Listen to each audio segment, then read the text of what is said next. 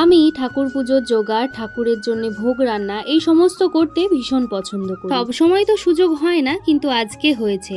জেঠিমা বলল যে প্রিয়া সুজিটা বানিয়ে দাও তো আমি তো ভীষণ পরিমাণে খুশি। একদম ভালো করে কাঁচা কাপড় পরে চলে এসেছি ঠাকুরের জন্য ভোগ বানিয়ে নিয়ে। দেখো ভোগ একদম নিবেদনও করে দিয়েছি ঠাকুরের চরণে।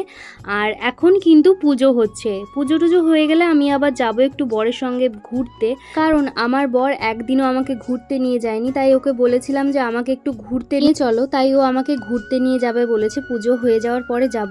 আর এখন যেহেতু সন্ধে আরতি হচ্ছে তাই কিন্তু উঠে দাঁড়ালাম, নইলে কিন্তু বসেই ছিলাম। আরতির সময় দেখবে সবাই উঠে দাঁড়ায়। এখন আমি শাঁখ বাজাবো।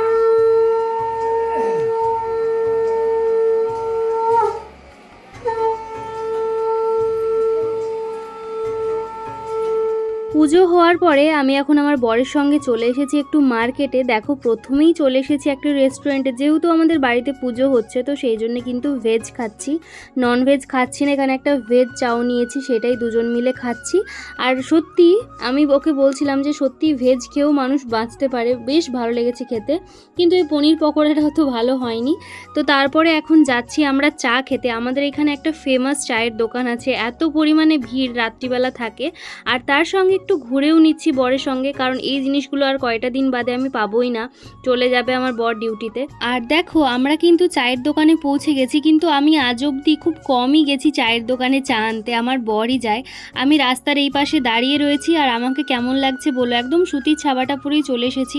আর বিশ্বাস করো এই সুতির শাড়ির মতো আর আমার কোনো কাপড়ে নেই। তো দুইজন মিলে দুটো চা নিয়েছি। আমার বর চা খায় না, কিন্তু আজকে খাচ্ছে, কারণ আমি চা খেতে পছন্দ করি। আর এইখানে চাটা এত ভালো বানায়, মানে সত্যি একদম দুর্দান্ত লাগে খেতে। আমার বর চা খায় না, কিন্তু আমার পাল্লায় পড়লে ওকে চা খেতেই হবে, মানে খেতেই হবে, নইলে আমি চা খাবো না। তারপর চলে গিয়েছিলাম একটা আইসক্রিম খেতে। আর আইসক্রিম খেতে গিয়ে আমি আমার বরকে বললাম যে একটা ম্যাঙ্গো পেস্ট্রি খাবো, কারণ আমি টুকটাক আর কি পেস্ট্রি খেতে পছন্দ করি, কিন্তু সব থেকে আমার ভালো লাগে ম্যাঙ্গো বা তারপরে হচ্ছে স্ট্রবেরি, এই সমস্ত পেস্ট্রিগুলো খেতে। পেস্ট্রি খাওয়ার পরে একটা কর্নেটোর আইসক্রিম নিয়েছি। আর আমার বর আর হচ্ছে আমি দুইজন মিলে হাসাহাসি করছি। আমি একটা কথা বলেছিলাম সেই কারণে।